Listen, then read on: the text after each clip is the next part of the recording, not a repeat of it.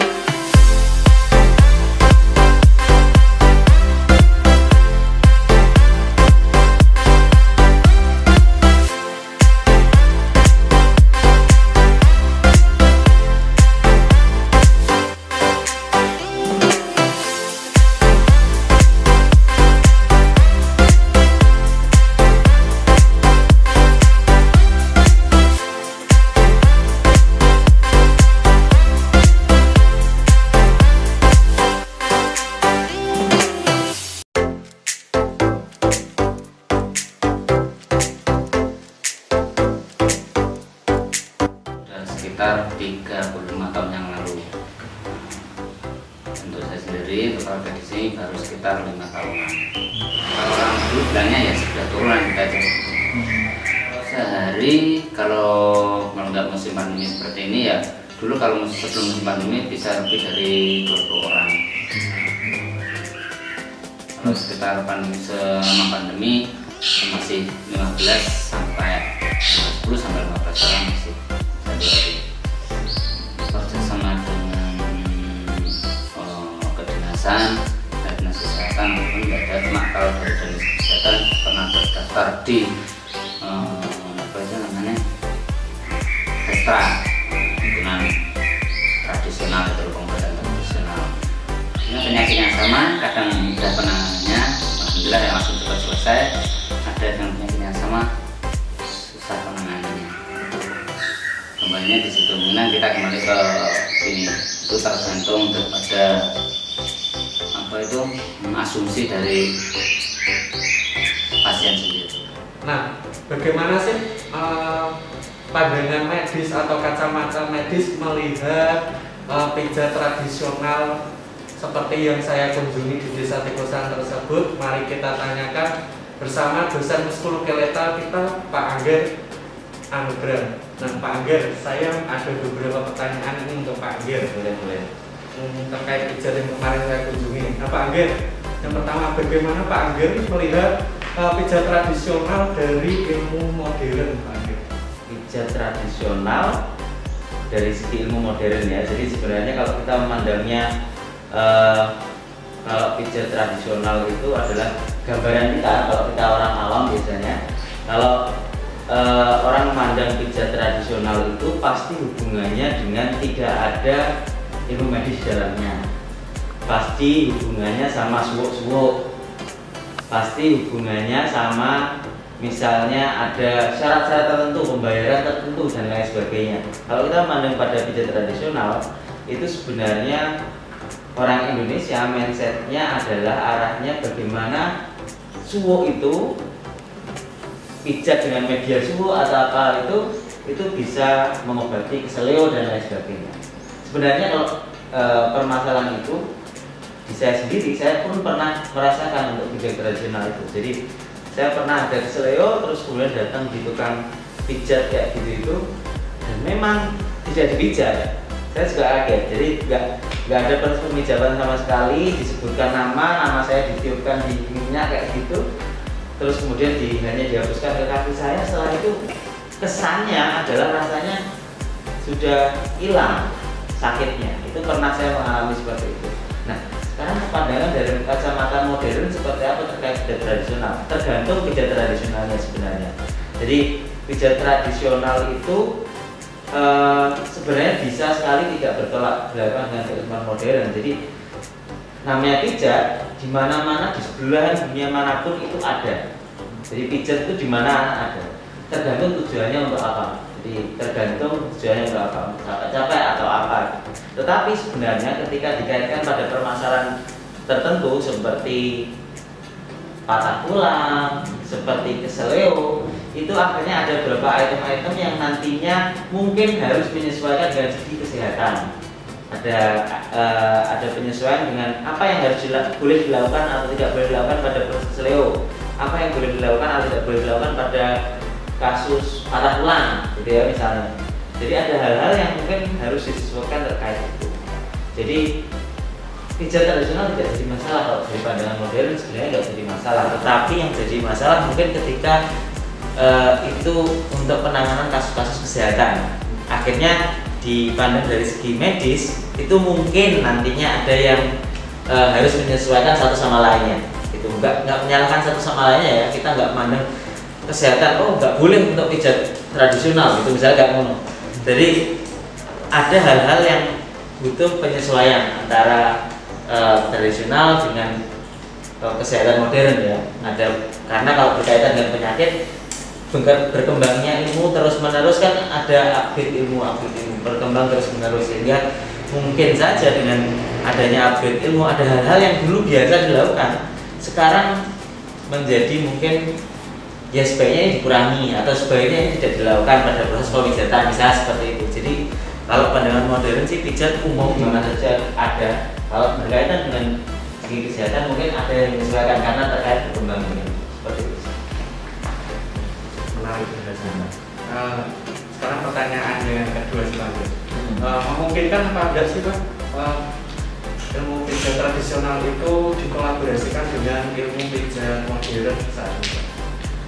Apakah mungkin pijat tradisional itu kolaborasi dengan pijat modern? Jadi saat ini kolab itu ya apa bisa dikolabkan untuk meningkatkan sebenarnya meningkatkan apa ya? Kefungsian gitu ya, kefungsian. Jadi mungkin nggak dikolabkan dengan segi kesehatan. Sebenarnya kalau keseleo ya misalnya kita ambil contoh kasus keseleo. Jadi sebenarnya banyak sekali perkembangan ilmu masas khususnya kalau kita berbicara masalah pijat itu kita melihatnya pada ilmu masas. Itu sebenarnya pada saat ini itu sudah bukan sekali masas itu, tapi biasanya ranahnya lebih ke ranah fisioterapi, terus kesehatan olahraga. Jadi kalau kita lihat kaitannya dengan keseleo itu ada namanya masas cedera olahraga, jadi disingkat MCO. Jadi klinik-klinik MCO itu banyak dan pijatnya ya biasanya kombinasi antara proses pijat tradisional dengan proses pijat modern, tradisional dengan pijat modern. Jadi sangat mungkin bisa dikolaborasikan. Prosedurnya pijat urut itu sangat mungkin bisa dikolaborasikan. Kalau kita lihat prosedur pijat sebenarnya di Indonesia itu, pijat model pijat di Indonesia, urut di Indonesia itu adalah dengan cara merelaksasikan otot-otot yang tegang gitu ya, merelaksasikan otot-otot yang tegang. Di proses MCO, kalau saya juga pernah mempelajarinya, itu juga ada proses seperti itu. Jadi ada direlaksasikan di otot-otot tertentu, terus kemudian direlokasi, itu ada di MCO. Jadi sangat mungkin sekali kalau ilmu ini digabungkan, karena pijatnya pun tidak kontradiktif ya dengan proses kesehatan. Kalau pijat tradisional Indonesia biasanya diurut ya. Kalau diurut itu artinya dipijat dalam satu lokasi dengan dilakukan berkali-kali. itu urut. Beda dengan pijat-pijat di daerah lain ternyata. Jadi saya mungkin pernah melihat juga, merasakan juga proses pijat dengan model lain. Di Jepang juga berbeda proses pijatnya. Di Thailand nggak ada proses urut gini, nggak ada. Jadi kalau di Thailand pijatnya itu adalah dengan tekanan. Jadi misalnya yang sakit di sini ditekan di titik tertentu selama 15 detik. 1, 2, 3, 4, 5 gitu. Jadi proses pijatnya berbeda. Kalau di kita kan senlorokan itu diurut sebelah sini gitu ya. Kalau di Thailand enggak, jadi hanya ditekan di bagian tertentu, ditekuk di bagian tertentu. Kalau kalian model pijat Thailand itu berbeda dengan urut Indonesia. Melihat shiatsu Jepang atau pijat Jepang itu beda dengan model pijat Indonesia. Jadi perkembangan zaman akhirnya mungkin ini dipolekan sangat mungkin, dan itu sudah terjadi di masa cedera olahraga. Itu banyak sekali praktisi fisioterapis, praktisi masas olahraga itu sudah menggabungkan antara dua konsep ini sih, blend, jadi satu. Jadi sangat mungkin. Sahabat TV, perlu saya ceritakan apa itu sedikit ya. Pak Angger memang untuk S2-nya mengambil di luar negeri, dan kalau kita bicara pengobatan di luar negeri, message di luar negeri, jadi saya nggak gumun memang beliaunya S2-nya di luar negeri. Terus pertanyaan yang ketiga Pak Angger, apakah pijat tradisional ini masuk kategori potensi Nusantara dalam hal pengobatan Pak Angger?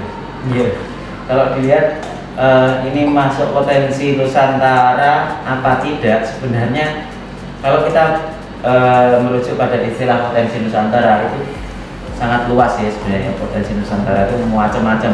Jadi potensi Nusantara itu mulai dari sumber daya manusia, sumber daya alam, sumber daya SDM, SDA, dan kebudayaan itu masuk sebenarnya potensi Nusantara sebenarnya. Jadi kalau kita lihat potensi Nusantara itu memang ranahnya sangat luas sekali. Di potensi Nusantara sangat luas sekali. Jadi kalau kita lihat apakah masas ini masuk potensi Nusantara? Iya, karena memang kaitannya masas itu sangat ini ya, jadi culture, jadi budaya Indonesia. Orang capek, saya ini mesti ngorongnya tukang pijat, sehingga banyak sekali tukang pijat sekarang modernisasi ya. Ada misalnya ada klinik untuk pijat saja, itu kan sekarang banyak, karena memang culture-nya orang Indonesia nek pegel-pegel, nek lor, bahkan anak kecil kalau misalnya panas bahkan dipijat gitu. Jadi pijat itu merupakan culture sih menurut saya bagi orang Indonesia, karena sudah kebiasaannya memang ya bersentuhan lah dengan pijat itu. Nah, kalau menurut saya sih ya memang masas itu merupakan potensi Nusantara, khususnya masas keseleo ini, atau capek-capek, atau juga bahkan ada sampah putung yang itu juga bagian dari masas juga ya, itu juga masuk potensi Nusantara. Selanjutnya pertanyaan terakhir Pak Angger.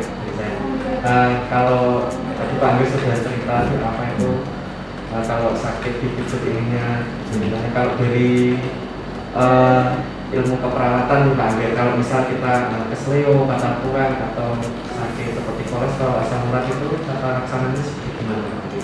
Iya, sebenarnya kalau kita sekarang kembali ke ranah kesehatan ya, jadi saya jadi mengulik lagi. Sebenarnya pijat yang ada di Indonesia ini merupakan culture Nusantara, budaya Nusantara, juga potensi Nusantara. Tergantung pijatnya apa. Jadi ada pijat capek, ada pijat keseleo, ada pijat patah tulang, bahkan seperti itu, ada pijat sakit-sakit.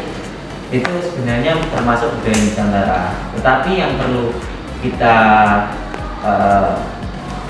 garis bawahi adalah sebenarnya budaya ini yang pertanyaan di awal tadi sangat bisa ngeblend dengan kesehatan modern, asalkan nanti di situ ada mungkin hal-hal yang mungkin perlu ada yang dikuatkan, ada yang harus dikurangi, dan lain sebagainya, harus menyesuaikan dengan perkembangan keilmuan yang ada.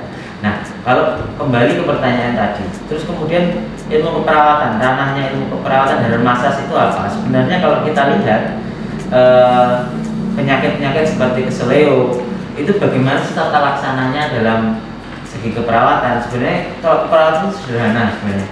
Keperawatan untuk masalah keseleo di dalam NIC dan NOC. Kalau kita lihat dalam rujuk yang lalu adalah NIC NOC, atau kalau sekarang dalam standar keluaran keperawatan Indonesia atau standar diagnosa keperawatan Indonesia, pijat itu tidak dihubungkan langsung dengan keseleo, cedera, tidak dihubungkan. Masas yang muncul di intervensi keperawatan itu kaitannya dengan relaksasi. Kaitannya dengan relaksasi gitu. Masasnya itu kaitannya dengan relaksasi gitu. Bisa relaksasi, bisa distraksi untuk pengalihan nyeri. Itu bisa, tapi kaitannya dengan langsung dengan keseleo biasanya tidak masuk ranah ke sana gitu. Tidak masuk di diagnosa keperawatan. Akan tapi kalau kita melihat apa sih yang harus dilakukan misalnya dari segi modern dari pandangan perawat yang dilakukan untuk masalah-masalah keseleo, terus kemudian cedera seperti itu, maka yang dilakukan kalau di perawat ada namanya RICE. RICE itu adalah singkatan ya sebenarnya RICE, R-I-C-E. Jadi RICE itu kepanjangan dari R-nya itu adalah rest. Rest itu adalah istirahat. Ketika orang mengalami keseleo, yang pertama kali harus dilakukan adalah istirahat. Karena ketika terjadi dislokasi dan itu tetap dipakai jalan atau dipakai beraktivitas akan memperparah kondisi. Misalnya ada robekan sprain ataukah robekan atau perpindahan posisi, itu akan memperparah. Jadi yang pertama adalah rest atau istirahat. Yang kedua adalah I itu adalah ice. Ice maksudnya ya artinya ya benar-benar ice itu ya es. Dikompres pakai es. Loh, kenapa kok orang keseleo dikompres pakai es? Jadi ketika orang keseleo itu pasti di otot-ototnya terjadi sprain atau robekan-robekan kecil, dan biasanya robekan-robekan kecil itulah muncul perdarahan. Supaya untuk menurunkan masalahnya biasanya dikompres dengan es supaya bisa meredakan kondisinya. Jadi dikompres dengan es untuk menghentikan perdarahan dan lain-lain. RICE terus kemudian C itu adalah kompres. Kompres itu adalah dibebat ya. Kalau kita dalam ini adalah dibebat. Dibebat itu tujuannya adalah untuk meminimalkan adanya pembengkakan. Jadi dibebat. Setelah itu E-nya adalah elevate. Elevate itu diangkat. Diangkat itu artinya adalah biar posisinya lebih tinggi sehingga ada peredaran darah yang tadi di sana pembengkakan supaya tidak semakin membengkak gitu. Jadi ada perawatan prosesnya ada namanya RICE. Rest, ice, compress, and evaluate. Elevate. Jadi itu yang biasanya dilakukan dalam segi perawatan. Sahabat Iksada TV, sangat menarik penjelasan dari Pak Angger. Mulai dari RICE tadi yang mungkin Sobat Iksada TV kalau kakinya keseleo bisa dicoba di rumah.